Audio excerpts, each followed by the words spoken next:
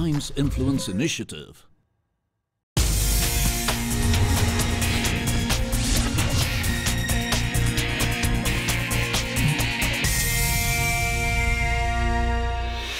This week on the India Economic Conclave, watch as we engage in a meaningful discussion with the Minister of Petroleum and Natural Gas and Skill Development and Entrepreneurship, Dharmendra Pradhan.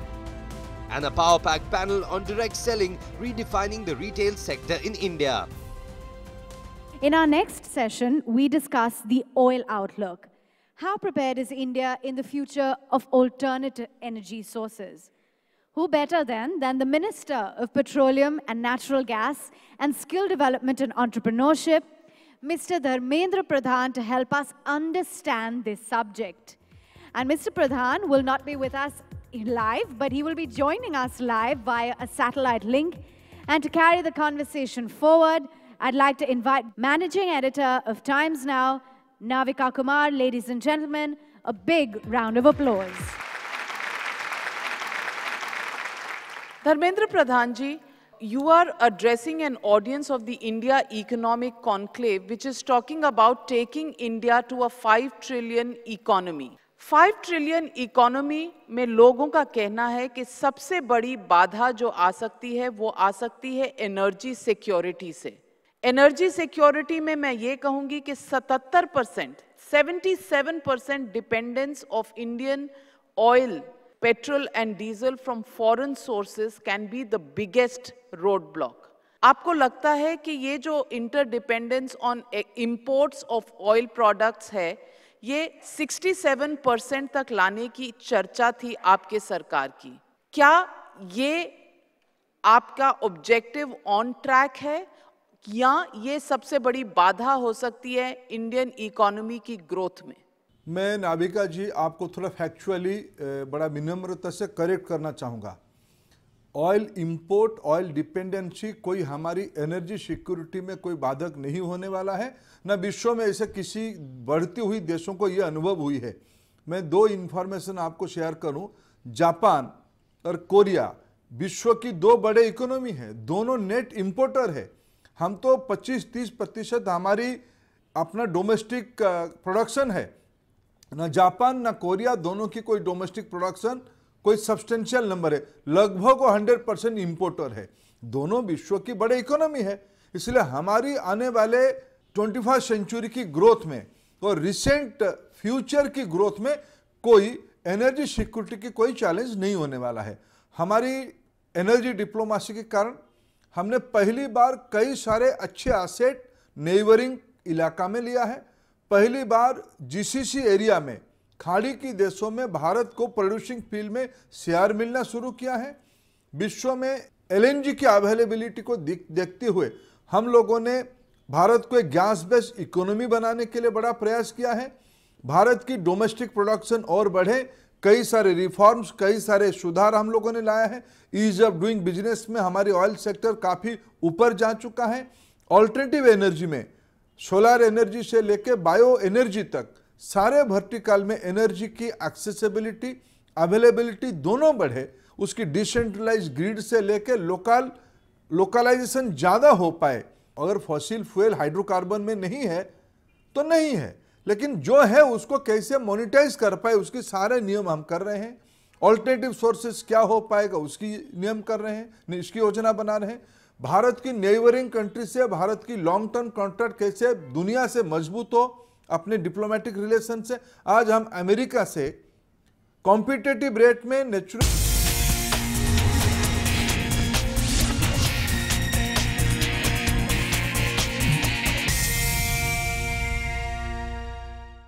Direct selling has become an extremely popular business model across industries in India. To discuss the shortcomings and future prospects of this model, the India Economic Conclave organized a panel discussion on direct selling, redefining retail. Disruption is the new rule of the game. Online marketplaces are giving traditional sellers clearly a run for their money. And trust me, this is not everyone's game. For everyone's successful product, there are hundreds of failed startups, although their names never hit the headlines. You need a different attitude, kind of daredevil approach to really stay in the game, forget about winning. And our upcoming session, Aisha, is going to focus on a very interesting topic. New ideas for disruptive retail through direct selling, the unconventional outreach. I'll start with Zahir, who's Director of Legal and Corporate Affairs, QI Group of Companies. On one hand, there are many initiatives that government is taking to promote entrepreneurship.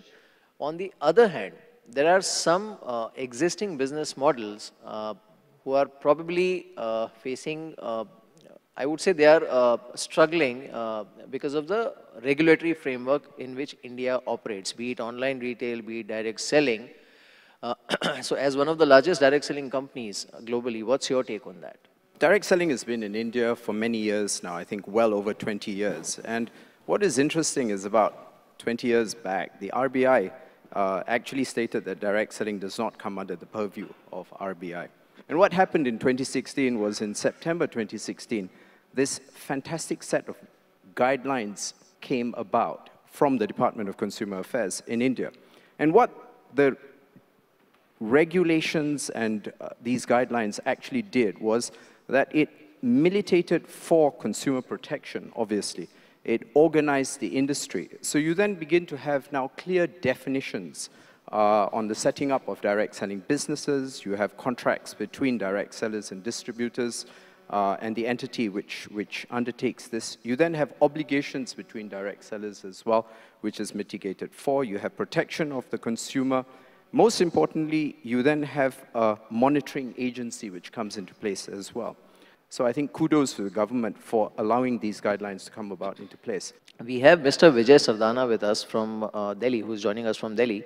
He has prepared a full-fledged report for ASSOCHAM, which was presented to the government. And it has a lot of clarifications as far as direct selling and disruptive retail in India is concerned. Vijay, thank you for joining us. So what is your take? You know, I mean, your report highlighted a couple of key issues regarding this sector. If you can just throw some light on that. Direct selling, actually, when we look at this country needs a lot of employment opportunities. And in conventional businesses, there's a lot of capital requirement and a lot of infrastructure requirement if you have to create employment.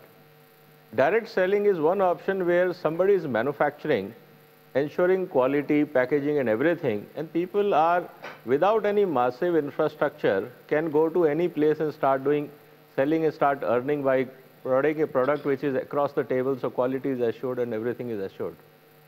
See, the challenge here it was that there was no guidelines. So what was happening that every state or every agency was interpreting the whole thing in their own way. This is a concern in the whole system. So we requested Government of India that if you really want to promote employment, you have to give some platform to grow these entrepreneurs, those who are operating virtually at very small capacity with the capital, and most of them are either unemployed youth, ladies, or aged people, those who can operate from home. And I think this was a fantastic platform on which